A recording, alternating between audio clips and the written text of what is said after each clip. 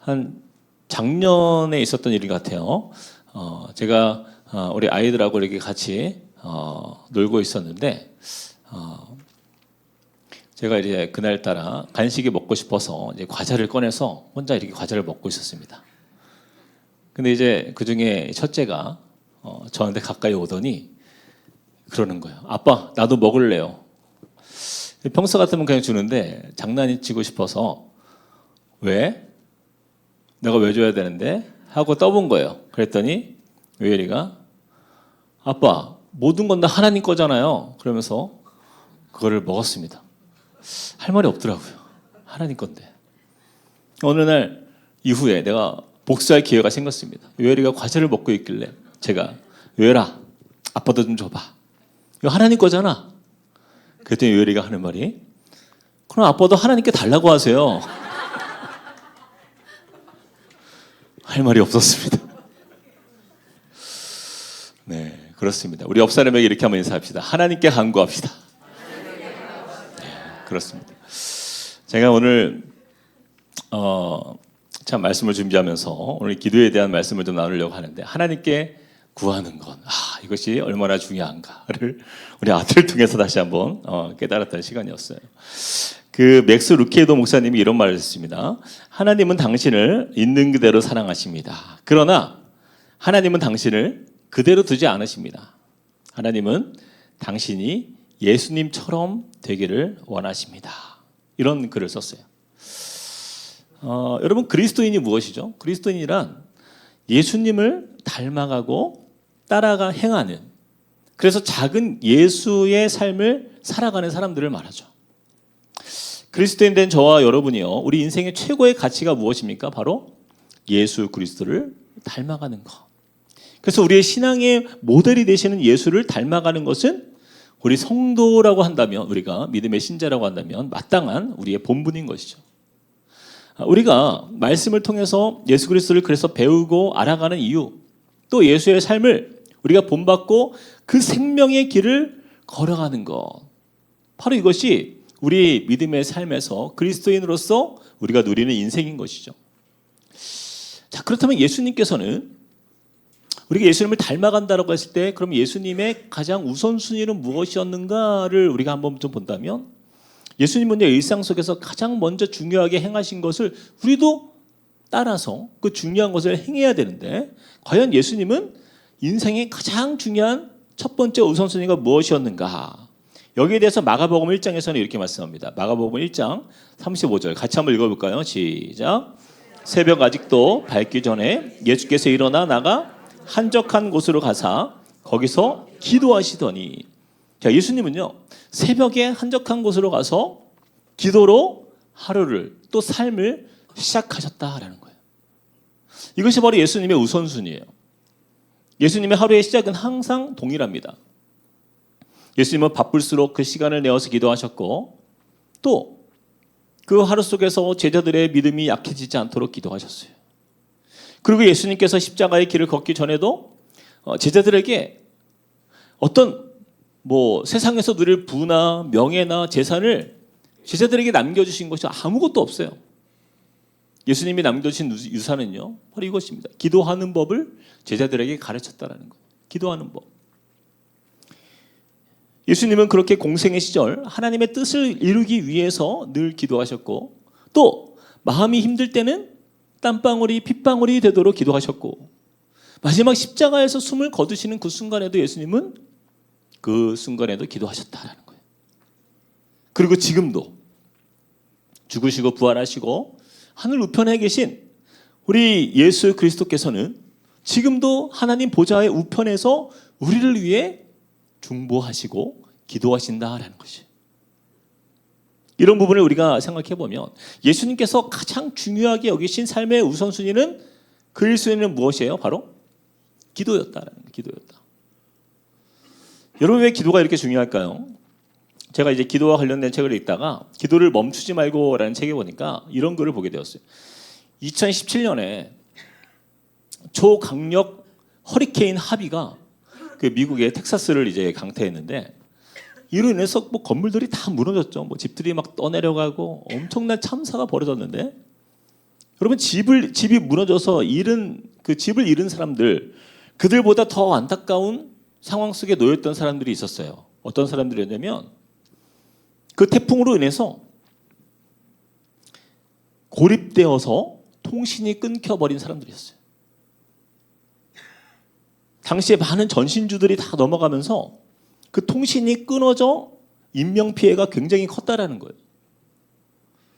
여러분, 아무리 건물이 무너지고 뭐 부상이 있어도 통신만 잘 연결이 되어 있으면 자신의 위치를 알려줄 수 있고요. 그래서 구조 요청을 요청할 수 있기 때문에 그들이 많은 그 사람들이 목숨을 건질 수 있었는데, 가장 중요한 것은 바로 이 통신이 연결되어 있는가 아닌가, 바로 거기에 따라서 그 사람이 살고 죽는 그런 일들이 그 당시에 있었다라는 거예요. 여러분, 바로 기도가 이와 같습니다. 우리 인생에도 가장 중요한 것은 뭐예요? 하나님과의 통신이에요. 하나님과의 통신. 온 우주 만물을 창조하시고 우리 삶을 주관하시고 책임지시는 그 하나님 아버지와의 그 통신이 만약에 끊어져 있다라고 한다면 그 사람의 인생은 어때요? 태풍이 위기 가운데에서 그 인생은 고립된 인생으로 혼자 남는 거예요. 하나님과의 단절된 통신으로 인해서 가장 위험한 인생을 사는 것이죠. 한번 여러분께 묻겠습니다. 여러분들은 하나님과의 통신이 온전하십니까? 예수님께서 그렇게 기도를 중요하게 여기셨던 것처럼 우리 성도의 인생에도 가장 중요한 것은요, 바로 이 기도의 삶을 누리는 것이에요. 누리는 것. 기도하는 만큼 그 하나님의 그 능력이 우리를 회복하시고 또 우리의 그 문제를 주님께서 이루시기 때문인 것이에요. 그래서 기도는 기도하는 사람이 성도이고 또 성도는 기도하는 사람이다라고 말할 수가 있다라는 것입니다. 제가 어떤 책의 글을 보니까 레슬링 선수들이요, 특징이 있어요. 레슬링 선수는요, 누가 봐도 이 사람은 레슬링 선수구나 알 수 있대요. 무엇을 보고 그런 말을 할까요? 귀의 모양이에요. 귀의 모양. 여러분, 만두기라고 혹시 들어보셨어요? 만두기? 그 레슬러들은요, 매트에 하도 머리를 문대다 보니까 이 바닥에 귀를 이렇게 계속 문대다 보니까 이 귀의 실핏줄들이 다 터지는 거예요. 그래서 이 귀가 보통 우리의 귀 모양과는 다릅니다. 늘 부어 있어요. 이렇게 부어 있어요. 그래서 일반 사람들의 귀 모양과는 완전히 달라요. 그래서 만두처럼 이렇게 생겼다 해서 만두귀라고 사람들이 별명을 지었는데, 그래서 사람들은요, 이 레슬링 하는 사람들을 보면요, 저 사람이 레슬링을 하는 사람이구나, 바로 귀 모양을 보면 알 수 있다라는 거예요. 바로 이것이 성도의 삶이 똑같아요. 우리가 기도하는 사람인가 아닌가, 저 사람은 기도하는 사람이야 라고 했을 때 저 사람은 성도구나, 믿음의 사람이구나 라고 우리가 알 수 있는 거예요. 제가 예전에 터키를 갔는데 수많은 관광객들이 전 세계에서 다 모였더라고요. 근데 그들 중에 기독교인이 누구인가 그 자리에서 확인하기가 어려워요. 그러나 그 많은 사람들 중에서 이슬람 신자가 누구인지는 여러분 바로 알 수 있습니다. 이슬람 신자들은요, 하루에 5번의 짧은 예배가 있는데 아무리 바빠도 이 이슬람 사람들은요, 시간이 되면 모스크를 향하여서 그 자리에 엎드려 기도하는 사람들이에요. 근데 그 시간이 딱 되잖아요. 그러면은 이슬람 신자들은 알아서 그 시간을 지키고 무릎을 꿇는다는 거죠. 그들은 기도를 통해서 자신들이 이 알라신을 믿는다는 것을 그렇게 증명하고 있다는 거예요. 여러분, 그리스도인도 그렇습니다. 이 사람이 진짜 성도인지, 이 사람이 진짜가 아닌지 무엇으로 알 수 있어요? 기도를 통해서 알 수 있는 거예요. 기도를 하는 사람인가, 기도를 하지 않는 사람인가를 보면 이 사람이 진짜 성도인지를 알 수 있는 거예요. 하나님을 믿고 의지하는 증거, 바로 이것이 기도이기 때문입니다. 그래서 기도는 성도의 정체성이다라고 이렇게 표현할 수 있어요. 예수님은 우리에게 늘 말씀하셨잖아요. 기도 외에 다른 것으로는 이런 유가 나갈 수 없느니라. 하나님은요, 자녀된 저와 여러분의 이 관계에서 오직 기도를 통해서만 일하신다라고 약속하셨기 때문이에요. 하나님의 능력이 임하는 자리, 하나님의 도우심을 공급받는 자리는 오직 무엇을 통해서? 기도를 통해서 역사되는 줄로 믿으시길 축복합니다. 오늘 본문에 보니까 가장 위급한 상황 속에서 그 문제를 하나님께 이 통신을 통하여서 지원 요청을 했더니 우리 하나님의 놀라운 방법으로 문제를 해결받는 역사를 우리가 이 본문에서 보게 되는 거예요. 자, 먼저 오늘 말씀의 배경을 좀 살펴볼 필요가 있는데 초대교회 당시에 큰 박해가 있었습니다. 자, 그런데 특별히 로마의 헤롯 왕이 교회를 핍박하는 상황이 아주 심해졌어요. 여러분, 당시의 헤롯 왕은요, 이스라엘을 평화적으로 다스리기 위해서 이 유대인들의 환심을 얻기 위한 정치적 목적으로 세 가지 정책을 폈어요. 첫째는 이 바리새파 유대인들을 옹호하고 그들의 종교, 즉 유대교를 공식적으로 인정해 주는 거예요.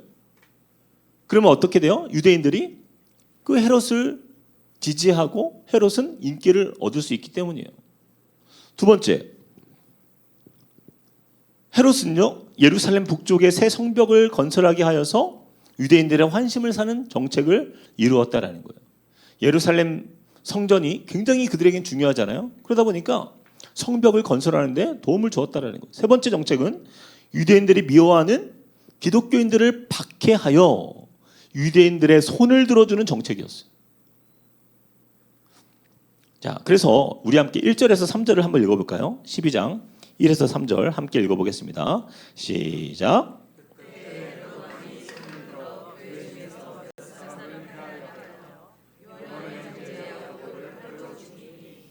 유대인들이 이 일을 기뻐하는 것을 보고 베드로도 잡으려 할세 때는 무교절 기간이라. 여러분 보시는 바와 같이 로마의 헤롯 왕은요, 자신의 계획대로 이제 그리스도인들을 핍박하는 일을 진행하는 가운데 예수의 제자였던 이제 야고보를 잡아서 처형했습니다.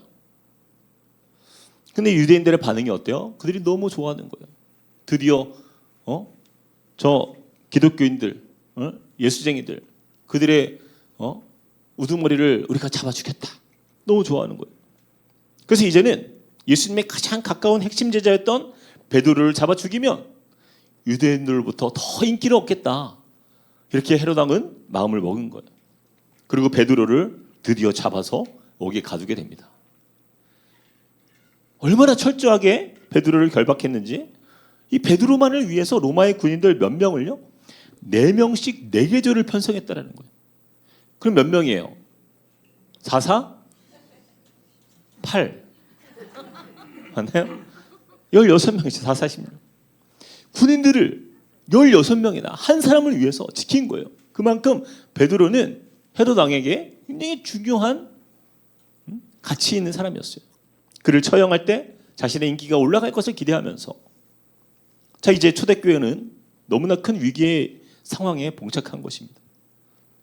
야고보를 잃은 것도 큰 슬픔이었지만 예루살렘 교회의 지도자였던 베드로마저 잃게 될 최대의 위기 앞에서 그들이 할 수 있는 것은요, 아무것도 없었어요. 자, 이처럼 소망이 없어 보이는 이런 무력한 상황, 절망적인 그 상황 앞에서 교회가 한 일이 무엇이에요? 우리 함께 5절을 읽어보겠습니다. 5절 함께 읽겠습니다. 시작. 이에 베드로는 옥에 갇혔고, 자, 여러분 누가 기도했다라고요? 교회는 여러분, 교회는 성도입니다. 성도들이 함께 하나님 앞에 간절히 기도했다라는 거예요. 자, 그런데 그들이 하나님께 기도했을 때 누구를 위해서 기도합니까? 바로 베드로를 위해서 기도했다라는 거예요. 기도는 우리 자신을 위해서 하는 기도도 있지만 또한 남을 위해서 하는 기도가 있어요. 그렇죠? 바로 남을 위해서 하는 기도를 우리가 무슨 기도라고 하죠? 중보기도라고 하죠. 바로 이 중보기도의 사건이 여기에서 시작되는 거예요. 이 중보는 그 인터라는 이제 사이, 간격, 그 단어와 세션이라는 중재하다라는 단어가 함께 합쳐져서 사이에 문제를 중재한다라는 것이 이 중보의 의미가 있는 거예요. 그래서 여기저기 사이를 연결해주는 행위를 우리가 중보다라고 이렇게 표현합니다. 근데 5절 말씀에 보니까 이 중보 기도를 하고 있는 이 성도들, 그 교회는 바로 우리의 인생에, 우리 교회에, 우리 모든 것의 사령관 되시는 하나님께 중보 기도를 통해서 이 베드로의 상황을 보고하는 거예요. 자, 여러분, 우리가 살면서 내 문제도 너무나 많잖아요. 우리의 문제. 내 기도만 가지고도 우리는 할 게 너무나 많습니다. 그런데 왜 우리가 내 문제뿐만 아니라 다른 사람의 문제를 위해서 우리는 기도해야 하는가? 그럼 왜 우리가 그렇게까지 기도해야 되는가? 마태복음 6장 31절에서 33절 말씀에 보니까 이렇게 말씀합니다. 그러므로 염려하여 이르기를 무엇을 먹을까 마실까 무엇을 입을까 하지 말라. 이는 다 이방인들이 구하는 것이라. 너희 하늘 아버지께서 이 모든 것이 너희에게 있어야 할 줄 아시느니라. 사실은요, 우리가 기도 안 해도 하나님 다 알고 계십니다. 그런데 하나님은 그럼에도 불구하고 우리에게 간구하라 말씀하세요. 간구하라. 자, 33절에 이렇게 말씀해요. 그런즉 너희는 먼저 그의 나라와 그의 의를 구하라. 그리하면 이 모든 것을 너희에게 더하시리라. 우리가 잘하는 말씀이잖아요. 우리 삶에 있었어야 할 것, 우리 삶에 필요한 것 하나님이 이미 다 아신다 말씀하세요.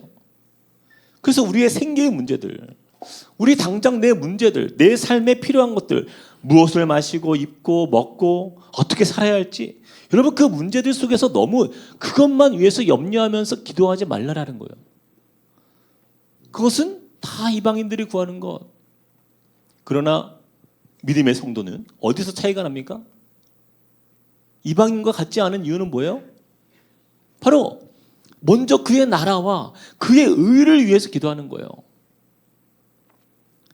하나님께서 세워가시는 내 옆에 있는 귀한 한 영혼을 얻는 것, 내 옆에 어려움을 닥쳐있는 그 한 성도의 삶에 내가 하나님과 그 인생의 사이에 내가 개입돼서 그를 위하여 중보하는 이 일, 그걸 통하여서 주님의 나라와 주님의 의가 세워지는 거예요. 한 영혼이 그것을 통해서, 누군가의 기도를 통해서 그 도움을 얻어서 그의 인생이 주님께 나아갈 수 있도록 우리가 돕는 것, 바로 이것이 중보기도의 능력인 것이. 그들의 삶에 하나님의 나라가 임하도록, 그들의 삶에 회복이 임하도록, 그들의 삶에 치유가 임하도록 중보하며 기도할 때에 주님은 약속하시는 거예요. 내가 너에게 필요한 거 내가 다 채워줄게. 그것이 바로 주님의 약속이에요. 그래서요, 진짜 지혜로운 기도는 무엇이에요? 나를 위한 기도가 아니라 남을 위한 기도를 주님 앞에서 고백하는 사람이에요. 남을 위해 기도하는 사람 속에 놀랍게도 내 삶의 문제가 해결받는 그런 놀라운 은혜를 경험할 수 있다는 거예요. 바로 이것이 하나님께서 우리에게 약속대로 이 모든 것을 너희에게 더하시는 그 역사를 경험하는 인생이 되는 것이에요. 여러분, 우리가 부모된 입장에서 자녀들이 사랑스러울 때가 있어요. 언제요? 자녀들끼리 서로 돌보아주고 사랑할 때예요. 서로 사랑할 때. 저희 집에 자녀가 넷이 있는데 종류별로 있어요.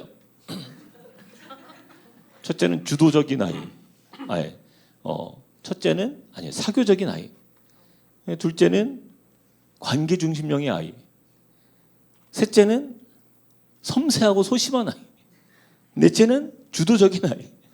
굉장히 다 달라요.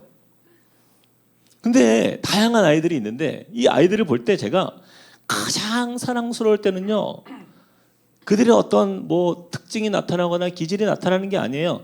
자기보다 다른 형제를, 다른 자매를 돌아보는 아이예요. 돌아보는 아이.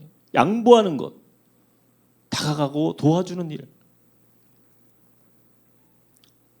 그래서 제가 가끔 우리 아이들이 이렇게 놀 때 이제 양치를 하는데 제가 일부러 시켜요. 동생 좀 도와줘라. 그럼 가서 이제 오글오글 할 때 이제 막 물도 막 컵도 막 이렇게 받쳐주고 애들 도와줍니다. 옷을 찾고 있으면 가서 옷 좀 도와줘라. 필요한 게 있으면 네가 가서 좀 챙겨줘라. 그런데요, 잘 따르는 애들가 있어요. 잘 그것을 기쁨으로 하는 아이가 있어요. 그러면 그 아이를 제가 그냥 두겠습니까? 제가 숨겨놨던 과자를 챙겨서 그 아이 손에 몰래 쥐어주고 제가 따로 불러요. 일로 와봐. 그럼 다른 애들이 뭔가 이상해. 눈치 못 채게 따돌려야 돼요. 007 작전을 펴니다. 뒤에 가서 이렇게 딱 뭐 하나라도 챙겨주는. 이게 부모의 마음이잖아요. 그렇죠? 저는 우리 하나님 아버지께서 우리를 보실 때 그런 마음으로 보신다고 믿어요. 그냥 지금 당면에 있는 내 문제, 내 어려운 상황, 내 고민만 가지고 기도하는 것, 그것도 맞아요. 근데 그건 이방인들이 다 한다고 하잖아요. 이방인들이. 그런데 주위를 돌아보면서 기도가 필요한 성도를 향하여서 자신의 시간을 내어서 하나님께 간구하는 그 중보 기도자를 우리 주님이 절대 그냥 두지 않는다라는 거예요.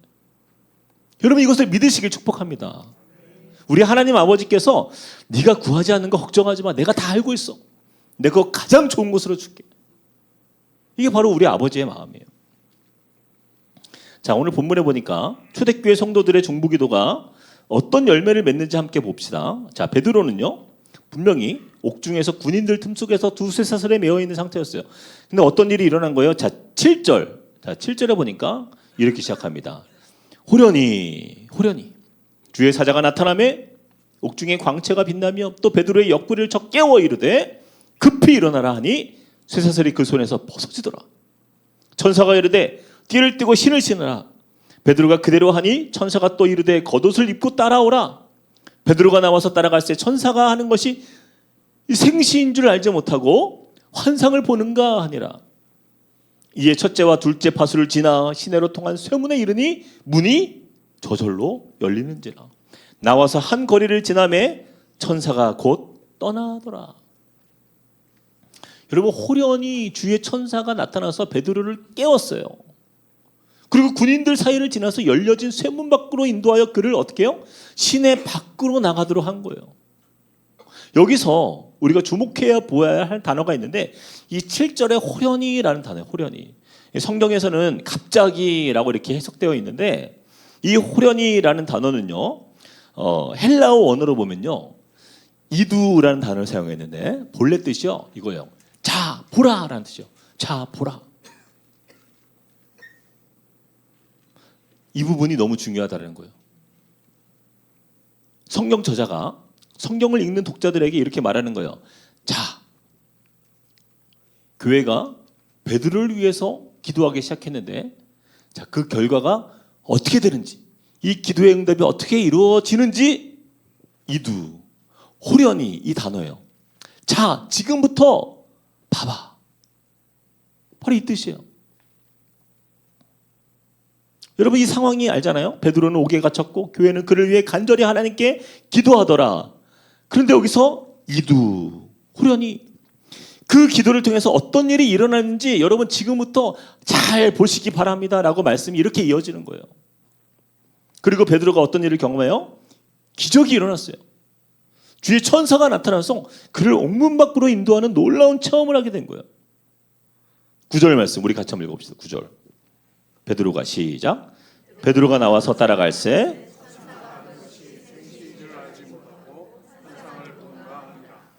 베드로 자신도 얼마나 놀랐는지 이게 꿈인가 생신가 마치 자신이 환상을 보는 것처럼 믿겨지지 않는 경험을 한 거예요. 사랑하는 여러분, 어떻게 이런 일이 일어날 수 있습니까? 우연히 일어난 것일까요? 아니잖아요.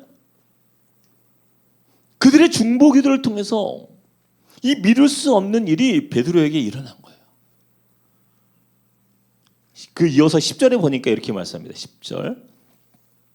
이에 첫째와 둘째 파수를 지나 시내로 통한 쇠문에 이르니 자 여기서부터 같이 시작. 문이 저절로 열리는지라. 나와서 한 거리를 지나매 천사가 곧 떠나더라. 여러분 옥에 갇혔던 베드로가 그 인생이 막다른 골목에 멈춰서 더 이상 어디로 갈 수 없었던 그 위기의 상황 속에서 이 베드로가 경험한 일은요. 바로 옥문이 열리는 사건이었어요. 바로 이 옥문은 우리 인생의 막힌 문제를 의미합니다. 사랑하는 여러분, 혹시 여러분 중에 이 옥중에 갇힌 듯한 인생을 살고 계시는 분들이 계세요? 여러분 고난과 또 인생의 여러 시련 속에서 내 마음과 영혼이 감옥에 있는 것처럼 그렇게 묶여 있는 분들이 계십니까? 베드로는요, 자신이 할 수 있는 것이 아무것도 없었어요. 그렇잖아요. 거의 자포자기 상태 아닙니까? 그런데 그런 닫혀진 그 인생에 그 옥문을 유일하게 열 수 있는 비결은 무엇이었어요? 성도의 기도였다라는 것. 우리는 기도의 능력을 이 말씀을 통해서 다시 한번 확인하는 거예요.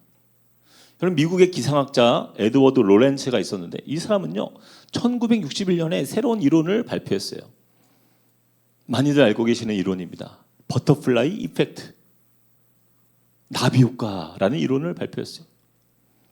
브라질에서 서식하는 나비 한 마리의 날개짓이 미국의 텍사스의 토네이도를 일으킬 수 있다라는 나비의 단순한 그 날개짓 하나가 그 미세한 변수로 작용해서 이 기상현상에는 엄청난 변화를 가져다 줄 수 있다라는 이론이에요. 근데 이 이론이 많은 사회, 경제, 문화, 교육 많은 곳에 영향을 미쳤습니다. 작고 사소한 사건 하나가 나중에 어떻게 커다란 효과를 가져온다라는 의미로 그렇게 쓰이고 있잖아요. 여러분, 기도가 바로 그런 거예요.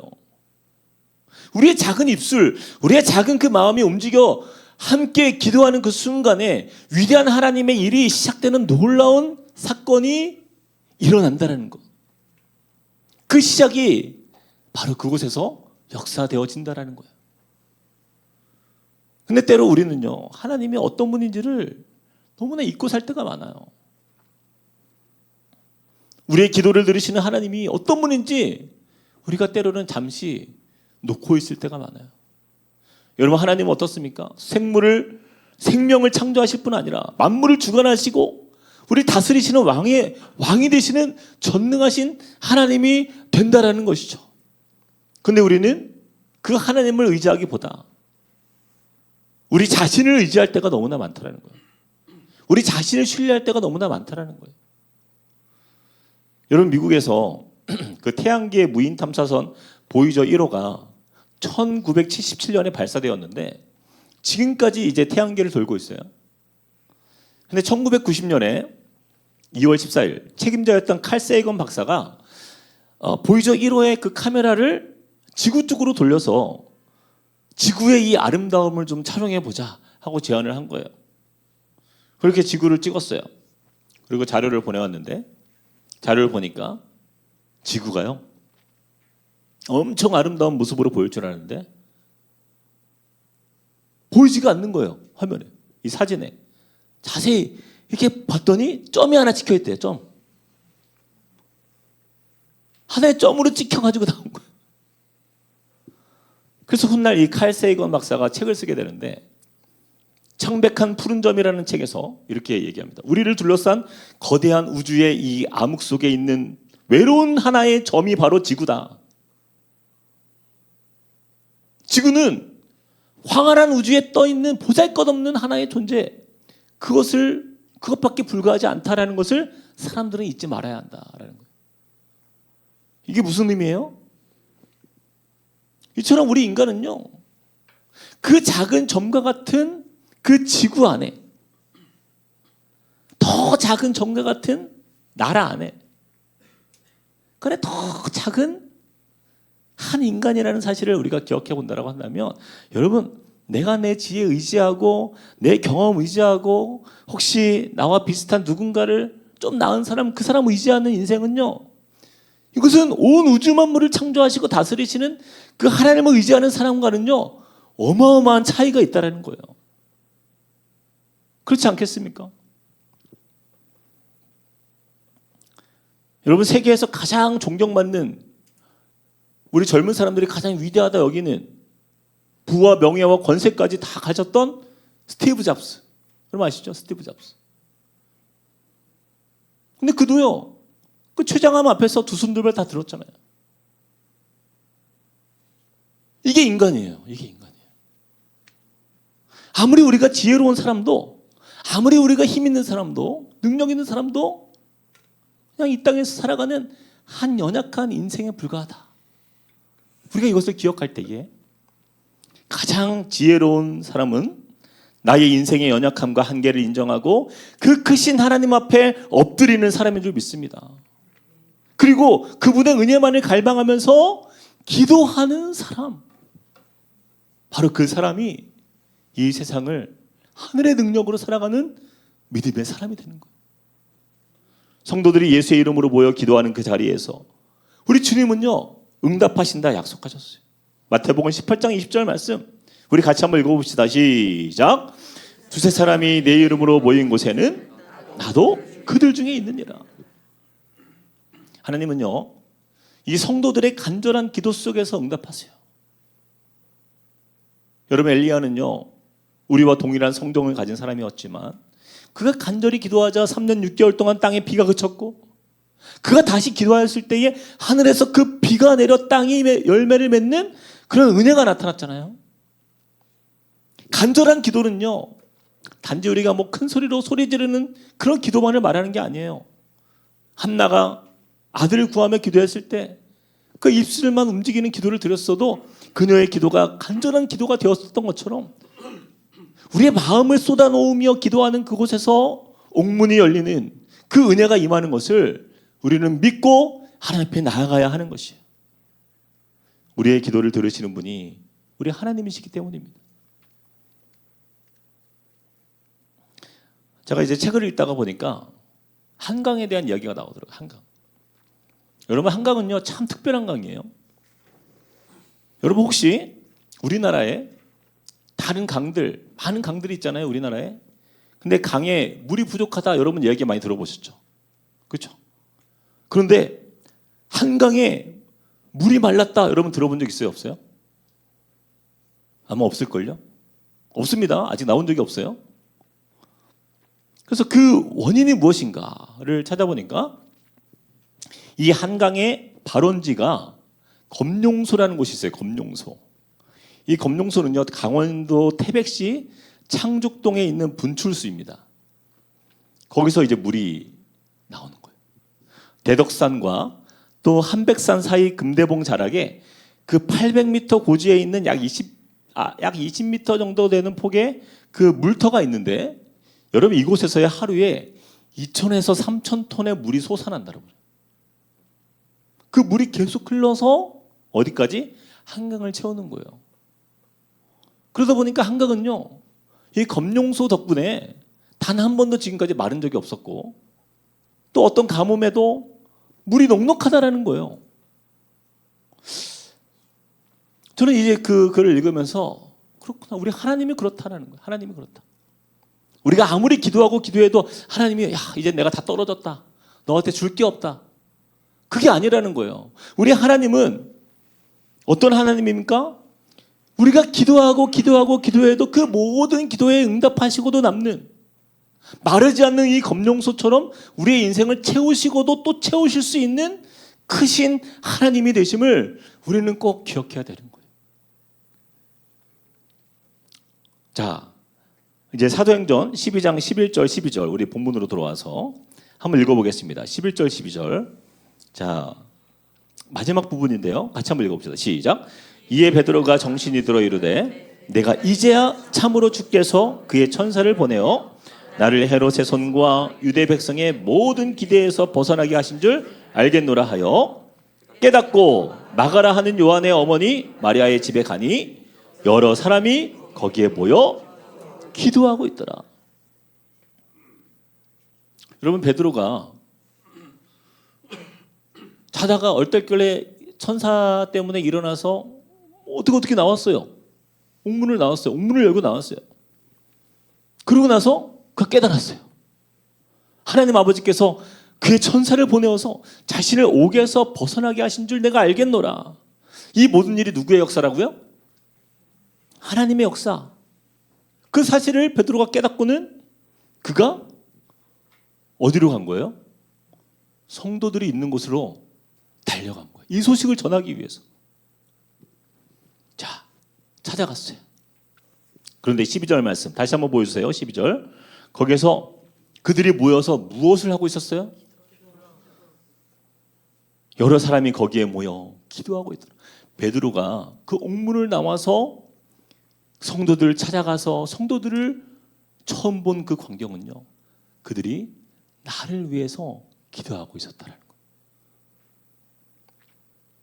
저는 이 장면을 상상하면서 너무 감동이 되었어요. 여러분, 베드로가요 얼마나 놀라운 기적을 체험했습니까? 내일이면 나도 이제 야고보처럼 목베임 당해서 죽겠구나. 근데 그 죽음의 두려움 앞에서 그가 외로움과 절망 속에 얼마나 낙심했을까. 사람의 말로는 설명할 수 없는 이 어려운 마음에 있었던 베드로를 이렇게 기적처럼 그가 자유를 얻고 그 옥문을 열고 나왔잖아요. 그래서 이 소식을 교인들에게 내가 나누고자, 기적이 일어났다, 내가 하나님의 천사가 나를 인도했다라고 가서 간증하려고 찾아갔더니 성도들이 지금 나를 위해서 함께 뜨겁게 기도하고 있었던 그 현장을 그가 본 거예요. 그러니 얼마나 그 마음에 큰 감동이 있었을까요? 이 모든 일이 우리 성도들의 기도를 통해서 일어난 일이었구나. 베드로가 그것을 얼마나 크게 깨달았을까. 이것이 바로 그 마음에 큰 감동이 되지 않았을까, 그런 생각을 해보는 거예요. 베드로 스타일 알죠? 굉장히 감정적이잖아요. 눈시울이 붉어지면서 이루 말할 수 없는 그 은혜 속에서 그 자리에 기도하는 성도들, 내가 왔습니다, 끌어안고 울면서 그러지 않았을까. 사랑하는 여러분, 여기서 우리가 좀 기억해야 될 것이 있어요. 하나님은요, 우리가 기도를 시작할 때 이미 일하기 시작하신다라는 거예요. 너무 놀랍지 않습니까? 하나님은요, 마치 우리가 기도할 때 어때요? 이 기도가 다 끝나야 하나님이 다 듣고, 아, 그렇구나, 그래, 그 기도 제목을 내가 이제 들었다. 하나님은 그때 이해가 되는 게 아니라, 하나님, 우리가 기도할 때 이미 우리의 그 기도의 제목과 그 내용 이미 다 알고 계세요. 우리가 기도하는 그 자리에서 하나님은 이미 그 역사를 이루시기로 작정하시고, 이미 우리가 기도가 시작될 때 하나님도 일하기 시작하셨다는 거예요. 가만히 있지 않는다는 거예요. 여러분, 하나님은요, 우리가 기도할 때 딴 일 하다가, 야, 넌 좀 나중에 좀 해라, 나 바쁘니까. 하나님 그런 분이 아니라는 거예요. 우리가 기도하기를 기다리고 있다가 드디어 내가 기도하는구나, 내가 도와줄게.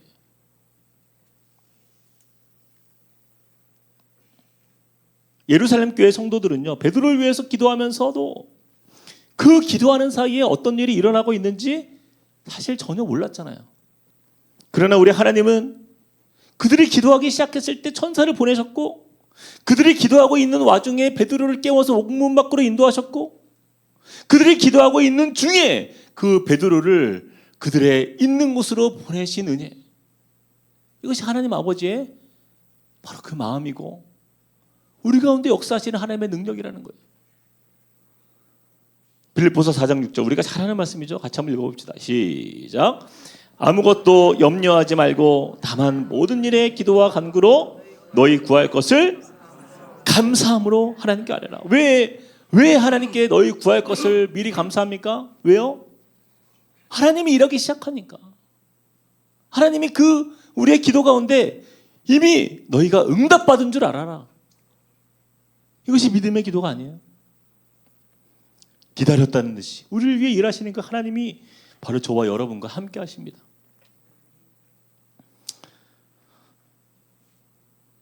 이사야서 58장 9절에 이렇게 말씀해요. 네가 부를 때에는 나 여호와가 응답하겠고 내가 부르짖을 때에는 내가 여기 있다 하리라. 이것이 우리와 하나님의 마음이에요, 여러분. 말씀을 좀 마무리하면서 러시아의 톨스토이가 굉장한 문호죠. 그가 기독교 신앙이 돋보이는 작품들을 좀 많이 썼는데 그 중에 사람은 무엇으로 사는가라는 단편 소설이 있어요. 그런데 이 책에 사람은 무엇으로 사는가에 대한 대답을 그 책에서는 여러 가지 이제 표현을 하더라고요. 그런데 여러분, 사람은 무엇으로 사는가? 이것을 좀 다른 말로 바꿔볼게요. 우리 믿는 성도는 무엇으로 사는가라는 거예요. 무엇으로 사는가? 우리 믿는 저와 여러분은 무엇으로 살고 있습니까? 우리는 믿음은 가지고 있지만, 하나님 내가 믿지만, 그러나 우리가 기도하지 않고 중보하지 않고 그냥 내 인생 내가 살아가는 인생이라고 한다면 그게 무슨 믿음입니까? 우리 믿는 성도는요, 하나님의 도우시는 은혜로 살아간다는 거예요. 그러기 위하여 하루를 시작할 때에도 하나님 앞에 기도하고, 내 문제, 내 삶에 여러 가지 이 옥중에 갇혀 있는 것 같은 내 상황들, 그것을 위해서 하나님께 기도할 뿐 아니라 내 옆에 있는 지체들 한 영혼 한 영혼을 위해서 우리가 함께 중보하고 그들을 위하여 우리가 마음을 쏟고 함께 주님 앞에 아뢰며 나아갈 때, 우리 주님께서 기다렸다는 듯이, 그래, 내가 지금 너와 함께하고 있다, 내가 너를 돕겠다. 주님께서 우리 가운데에 그 의인의 기도에, 그 간구에 귀 기울이신다 말씀하십니다. 여러분, 이 시대의 한국교회의 문제가 뭐예요? 이 시대를 살아가는 현대 그리스도인들의 문제가 무엇입니까? 하나님을 찾지 않는 데 있어요. 기도하지 않는 데 있다는 거예요.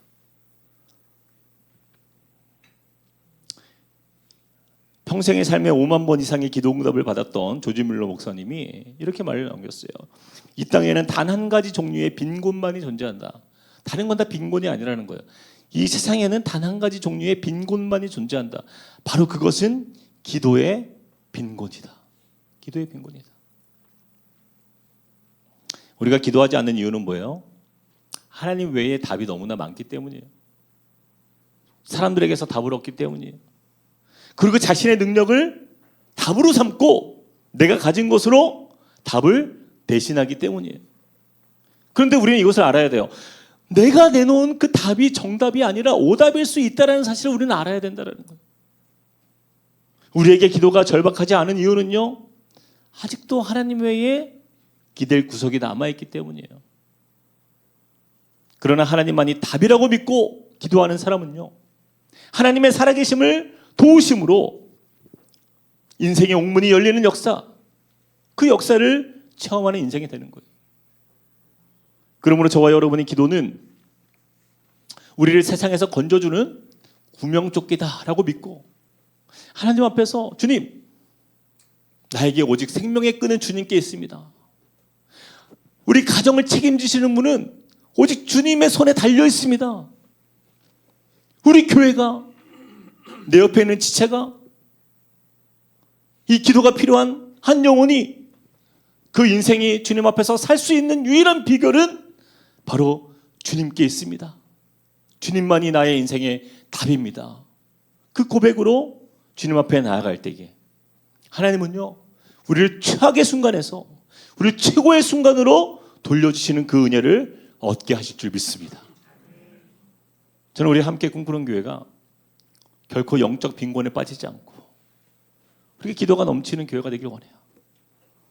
그래서 그 전능하신 하나님의 그 역사를 각 가정마다 삶 속에서 우리 모두가 함께 경험하고 그 기도의 응답들로 함께 기뻐하며 하나님께 영광 올려드리는 그런 은혜의 믿음의 삶이 되시길 주님의 이름으로 축복드립니다. 우리 같이 찬양하겠습니다. 오늘 주신 말씀을 기억하면서 우리 함께 기도해, 우리 찬양 드리면서 나아갔으면 좋겠어요. 우리가 주님 앞에 기도하며 나아가는 그 자리에서 하늘문이 열리고 은혜의 빗줄기가 우리 가운데 임하는 역사, 주님께서 기도를 통해서 일하신다 말씀하십니다. 우리 찬양의 가사의 고백을 우리 마음에 새기면서 또 그러한 간절한 고백을 가지고 우리가 찬양하며 나가시겠습니다. 우리 함께 기도해.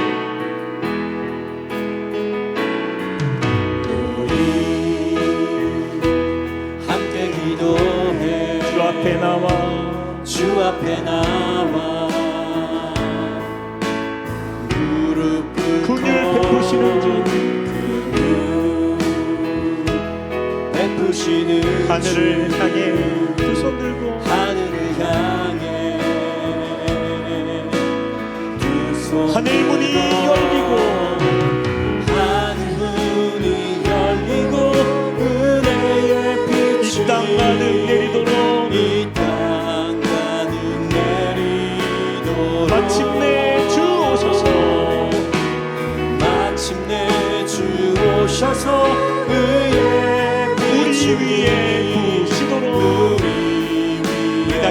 찬양합시다. 우리 함께 기도해.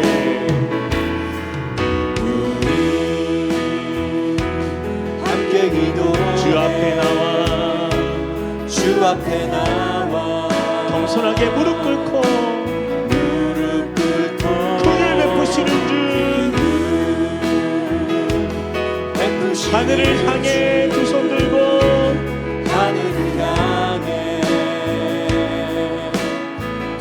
하늘 문이 열리고 하늘 문이 열리고 은혜의 이 땅 가득 내리도록 이 땅 가득 내리도록 마침내 주 오셔서 마침내 주 오셔서 그의 우리 위에 부으시도록 하늘 문이 열리고 은혜의 빗줄기 하늘 문이 열리고 은혜의 빛줄이 이 땅 가득 내리도록 마침내 주 오셔서 마침내 주 오셔서 그의 빛줄이 우리 위에 부으시도록. 우리 시간에 같이 한번 기도합시다. 여러분, 오늘 이 시간에 먼저 다른 것 위해서 기도하지 마시고요, 주님 기도의 회복이 일어나길 원합니다. 이것을 위해서 기도했으면 좋겠어요. 우리가 하나님이 어떤 분인지 너무나 잊고 살 때가 많아요. 저 우주에서 바라볼 때에 이 지구가 이렇게 거대하고 커다라 보이지만 점 하나에 불과하는 것, 이게 지구의 모습이잖아요. 근데 우리는 마치 우리 존재가 굉장히 괜찮은 것처럼, 내가 하나님 없이도 너무나 잘 살 수 있는 것처럼 주님께 간구하지 않습니다. 이것이 바로 교만이에요. 교만은 패망의 지름길이에요. 여러분, 믿음의 사람은 하나님 앞에 겸손하게 무릎으로 서는 사람이에요. 하나님, 내가 인정합니다. 주님, 내가 그동안 얼마나 교만하게 살았는지 주님 용서하여 주십시오. 이 시간 내가 기도의 자리에서 그 기도를 회복하며 하나님의 하나님 되심을 내가 신뢰하며 내 인생의 답은, 내 인생의 정답은 오직 하나님께만 있습니다. 다른 것에 없습니다. 오직 주님, 주님이 나의 생명 줄입니다. 주님이 우리 가정의 하나님 생명의 능력이 됩니다. 주님만을 믿고 따라가겠습니다. 주님, 내가 주님 앞에 기도하는 삶을 다시 회복하며 주님 앞에 나아가겠습니다. 우리 같이 한번 주여 한번 외치고 기도하겠습니다. 주여, 아버지 하나님, 주님 앞에 우리 드리는 감사밖에 없습니다. 하나님께 하나님의 뜻을 하잖아요. 주님의 은혜를 사모하며 나아가는 주님의 백성들의 삶, 하나님, 우리의 기도의 능력이 회복되기 원합니다. 기도의 삶이 넘쳐나기 원합니다. 하나님, 우리가 너무나도 아버지 하나님 세상 가운데서 하나님 주님이 아닌 것들에 우리가 아버지 하나님 답을 구하고 그곳에서 우리가 해결받기를 바랬던 것, 하나님 그 교만한 마음들 다 내려놓습니다. 주님이 우리의 기도에 아버지 하나님, 우리의 소망 되시는 주님, 우리의 유일한 구원자 되시는, 우리의 힘이 되시며 능력이 되시는 주님께만 우리의 삶을 드러나가 주여 역사하여 주시고 기도의 은혜가 회복되길 원합니다. 하나님, 우리의 모든 문제, 우리의 모든 삶의 역사, 하나님 오직 주님 우리를 옥문에서 여시는 그 능력의 기도의 역사, 하나님 그 기도의 역사를 하나님 우리가 이루어가는 믿음의 삶 되게 하여 주시옵소서. 하나님, 우리의 마음을 드립니다. 내 삶을 드립니다. 주님 우리의 교만함을 용서하여 주시옵소서. 하나님, 간구하지 않았고 하나님 무릎 꿇지 않았고 하나님, 우리의 인생이 너무나도 우리의 힘으로 살았다 우리의 모습 주여, 하나님 우리의 이 교만한 마음을 꺾어주시고 하나님 주님 앞에서 다시 새로워지기 원하오니 하나님 거룩한 주님의 마음을 우리에게 부어주시옵소서. 하나님 그 일을 베푸시는 주님, 우리 가운데 일하시는 그 주님의 역사를 우리가 믿습니다. 하나님, 은혜의 빗줄기가 우리의 인생 위에 부어지게 하여 주시고 그 은혜로 살아가는 은혜로 겸손하게 주님 앞에 간구하는 주님의 은혜 안에 거하게 하여 주시옵소서. 오 주님, 역사하여 주시옵소서. 주님, 우리의 이 연약한 이 강팍한 우리의 인생, 내 마른 인생 성령의 담비 부어주시고 하나님, 주님이 우리의 삶의 문제 해결하신 은혜의 주님, 그 주님 앞에 우리가 모든 것을 믿고 맡기며 주님을 의지하는 주님의 백성 되게 하여 주시옵소서. 하나님 주님께서 인도하여 주시옵소서. 하나님 우리의 아버지는 기도하지 않았던 그 필요를 쓰려고 하던 우리를 용서하여 주시옵소서. 우리 시간에 같이 한 번 더 기도할 때에 이번에는요 우리 자신을 위해서 기도하지 마시고요 정말 기도가 필요한 한 영혼을 떠올리시기 바랍니다. 교회가 베드로를 위하여 기도했던 것처럼 여러분 우리의 기도가 필요한 한 영혼이 있어요. 그 한 영혼, 그 인생에, 그 연약한 인생에, 그 감옥에 갇혀서 꼼짝달싹 못하는 그 비참함 속에 놓여있는 그 연약한 인생을 이 시간 우리의 기도를 통하여서 자유케 하시는 하나님의 능력이 우리 가운데 임할 줄 믿습니다. 여러분 자신을 믿지 마세요. 하나님을 믿고 하나님께서 일하실 것을 믿고 이 시간 기도하길 원합니다. 우리가 기도가 시작될 때 하나님은 일하시기 시작할 거예요. 그 베드로를 자유케 하신 그 능력의 주님께서 우리가 기도하고 있는 그 한 영혼이 주님 앞에서 회복을 입고 새로움을 입고 자유를 얻고 그 옥문을 열고 나오는 그 은혜, 하나님 그 놀라운 자유케 하시는 은혜가 한 영혼에게 임할 수 있도록 능력을 달라고 이 시간에 같이 한번 주여 은혜를 주옵소서 외치고 기도하겠습니다. 주여 은혜를 주옵소서. 사랑의 하나님 주님 앞에 우리가 간절히 간구하며 나아가 하나님 우리의 기도가 필요한 아버지 하나님 우리 이웃들 우리의 가정의 시간 또한 아버지 하나님 우리 성도들의 삶을 주여 긍휼히 여겨 주시옵소서. 하나님 주님께서 아버지 하나님 베드로의 인생에 개입하셨습니다. 그 옥중에서 아무것도 할 수 없는 그 순간 더 이상 아버지 하나님 소망이 없는 그 상태, 하나님 너무나도 두려운 상태, 그곳에서 주님은 일하여 주신 기도의 여기가 아닙니다. 하나님 주님께서 말씀하셨던 것처럼 내 생각이 너희의 생각과 같아 내 길은 너희의 길과 같아 이는 하늘이 땅보다 높은 것이 내 길은 너희의 길보다 높은 내 생각은 너희의 생각보다 높다고 말씀하시고 그 주님의 능력을 믿습니다. 여호와의 손이 짧았고 원하지 못하신 또하니 귀가 둔하여 듣지 못하신 또하니라 말씀하셨습니다. 주님 그렇습니다. 주님 우리의 기도 위에 주님의 능력으로 임하여 주시고 우리의 소망 안에 역사하시는 주님 우리의 기도에 곁들이시옵소서. 그 영혼을 하나님 주님의 손에 붙잡아 주시옵소서. 하나님 그 영혼을 묶고 있는 악한 영이 떠나가게 하여 주시고 자유케 하시는 역사, 구원케 하시는 그 역사, 하나님 그 역사 안에 자유를 보게 하여 주시옵소서. 오 아버지 하나님 주님의 그 은혜로 하나님 회복의 능력 나타나게 하여 주시옵소서. 하나님 자유의 역사가 나타나게 하여 주시옵소서. 오 주님 우리 연약한 하나님 우리 자신을 믿으시옵소서. 주님 우리를 창조하시고 우리 가운데 역사하시는 주님을 우리가 신뢰하며 믿음으로 나아갑니다. 하나님 주님의 그 능력을 우리의 삶을 드리며 우리의 마음을 드리며 우리의 모든 아버지 하나님 그것을 드리오니 주님 역사하여 주시옵소서. 우리가 간구하는 그곳에 넘치도록 능히 역사하시는 주님을 신뢰하며 믿음으로 나아갑니다. 주여 은혜 넣어 주시옵소서. 주님 역사하여 주시옵소서. 하나님 함께하여 주시옵소서.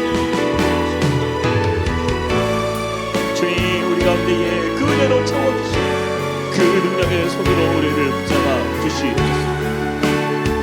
우리 함께 찬양합시다. 나의 기도하는 것보다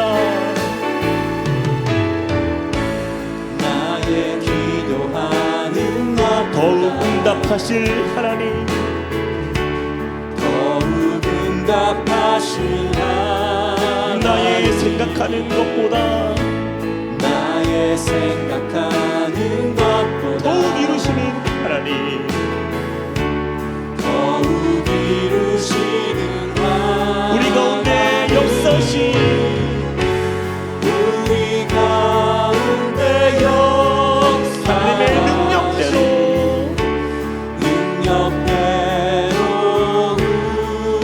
간구함을 넘치도록 능히 역사하실 주님 앞에 우리가 믿음으로 선포합시다.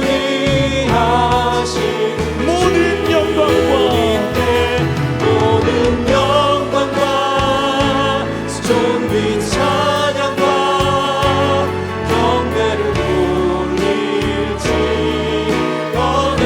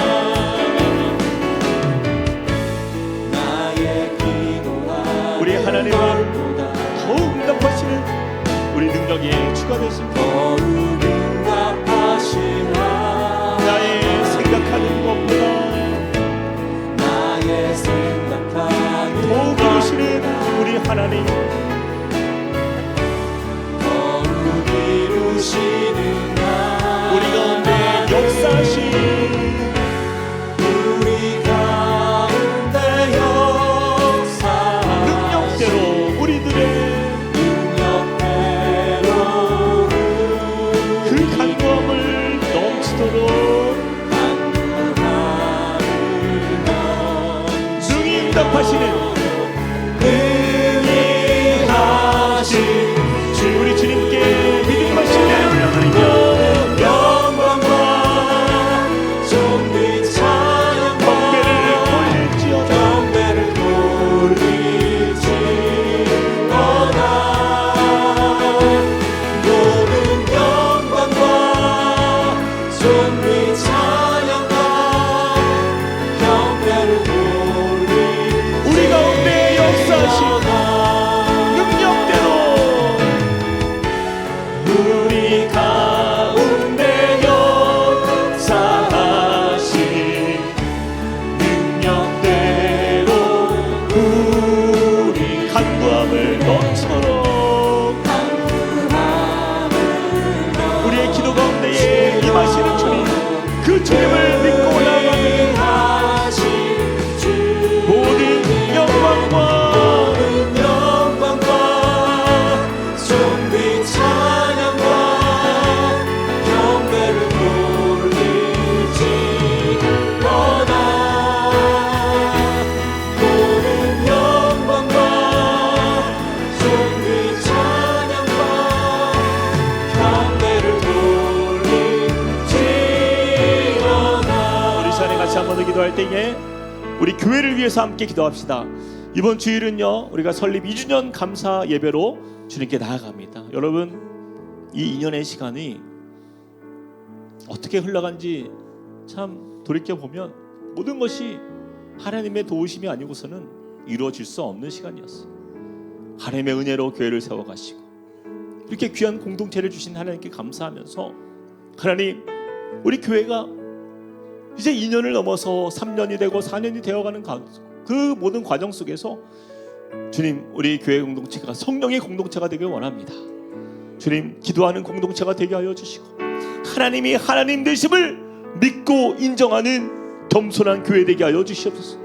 하나님, 이 교회가 하나님 앞에서 신실한 믿음을 가진 그리스도인들로 가득한 교회가 되게 하여 주시고, 예수를 닮아가는 교회, 그 예수의 아름다우심이 우리 가운데에 아름다운 형상으로 드러나는 교회, 그렇게 주님의 뜻이 우리의 삶을 통해서 이루어지는 그러한 하나님께서 기뻐하시는 교회, 함께 꿈꾸는 교회가 그런 교회가 되게 해달라고 우리 같이 감사와 감사의 기도와 모든 교회를 주님께 올려드리는 기도로 함께 기도하며 나아가시겠습니다.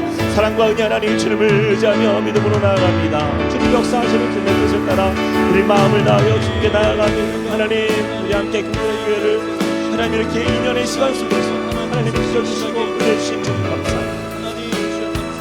그동안에 그 있었던 모든 시간들이 하나님 주님의 은혜가 아니고서는 설명할 수가 없는, 주님의 도우심이 아니고서는 우리가 이룰 수 없었던 그 모든 시간, 하나님 이것이 아마도 우리의 하나님 주님께서 우리에게 주신 은혜인 줄 믿습니다. 하나님, 우리 함께 꿈꾸는 교회 모든 우리 성도들이 함께 하나님 주님이 주시는 믿음과 은혜 안에서 꿈을 꾸는 공동체가 되게 하여 주시고 소망 안에 거하는 하나님 복음의 교회가 될 수 있도록 은혜 더하여 주시옵소서. 하나님, 영적으로 빈곤한 교회가 되지 않도록 주님 날마다 우리가 간구하며 기도하는 곳에서 영적인 풍성함을 맛보는 성령의 공동체가 되길 원합니다. 성령 하나님, 우리 가운데 임하여 주셔서 하나님의 역사가 우리의 삶을 통해서 아름답게 증거되는 믿음의 기도 되게 하여 주옵소서. 주님의 은혜로 하나님 우리를 세우신 주님, 하나님 그 뜻을 이루어가는 교회 될 수 있도록 하나님 인도하여 주시고 임재하여 주시길 원합니다. 오 주님, 역사하여 주시옵소서. 하나님 은혜로 역사하여 주시고 하나님 충만케 하여 주시고 하나님 그 은혜의 풍성함을 더 깨달아 알아가는 아름다운 교회가 될 수 있도록 주여 은혜도 하여 주시고 인도하여 주시길 원합니다. 하나님, 우리가 생각하는 것보다 우리가 기도하는 것보다 더 크게 하나님의 아름다우심을 드러내시고 하나님의 그 역사하심을 볼 수 있도록 주님만을 경배하는 아름다운 교회 공동체되도록 인도하여 주시옵소서.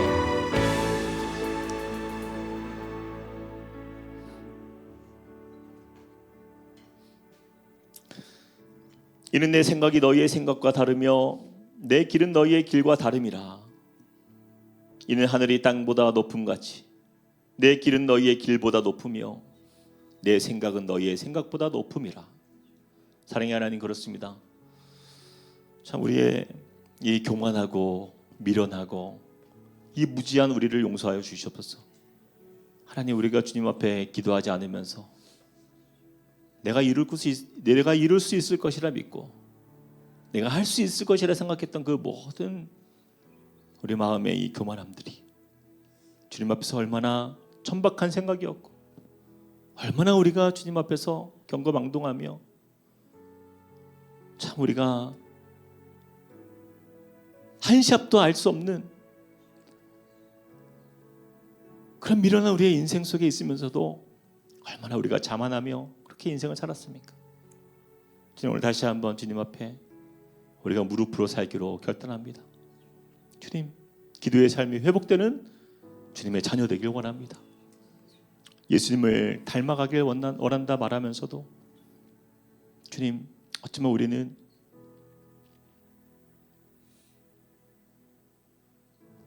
예수님의 기도의 본을 따르지 않았던 우리의 모습들, 주님, 다시 한번 겸손하게 주님의 뜻을 따라 우리가 믿음으로 서는 주의 자녀 되게 하여 주시고, 우리가 기도할 때에 이미 그 기도를 기다리셨고 우리가 기도하는 그 순간에 이미 일하기 시작하시는 우리 하나님,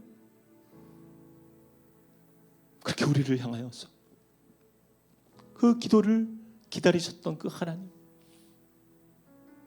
그 하나님과 함께 믿음으로 동역하며 주님을 높여드리며 또 주님의 뜻을 이루어가는 복된 인생, 복된 가정, 그러한 교회로 서게 하여 주시옵소서. 주님, 주님을 신뢰합니다. 주님을 의지합니다.